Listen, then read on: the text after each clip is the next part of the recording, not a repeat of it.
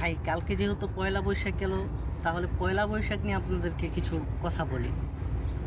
পয়লা বৈশাখ পয়লা বৈশাখ মানেটা এমন না যে আপনার পান্তা ভাত, কাঁচামরিচ, ইলিশ মাছ ওই দিনটাতেই খেতে হবে।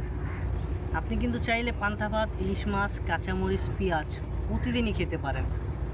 আর ওইটা কিন্তু আমাদের জন্য, বিশেষ করে আমরা যে মুসলিম, আমাদের জন্য বিশেষ কোনো দিন না, ঠিক আছে?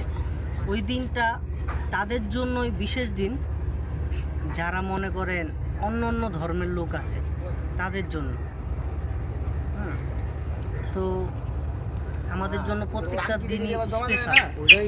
যেমন আপনি আপনার বাচ্চাকে নিয়ে ঘুরতে যাবেন, যান না, অন্য দিন যান, পয়লা বৈশাখে যেতে হবে এমন কোনো কথা নেই ভাই। আপনি আপনার প্রিয়জনকে নিয়ে ঘুরতে যাবেন, যান, অন্য দিন যান, পয়লা বৈশাখে যেতে হবে এমন কোনো কথা নেই।